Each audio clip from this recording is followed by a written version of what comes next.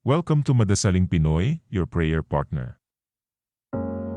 Ngayon ay Martes ng ika-27 linggo sa karaniwang panahon.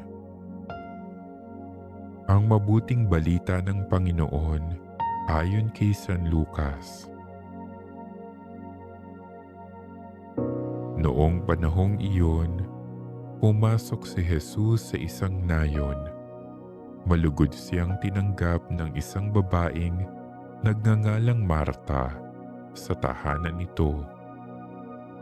Ang babaeng ito'y may isang kapatid na Maria ang pangalan. Naupo ito sa paanan ng Panginoon at nakinig sa kanyang itinuturo. Alalang-alala si Marta sapagkat kulang ang kanyang katawan sa paghahanda.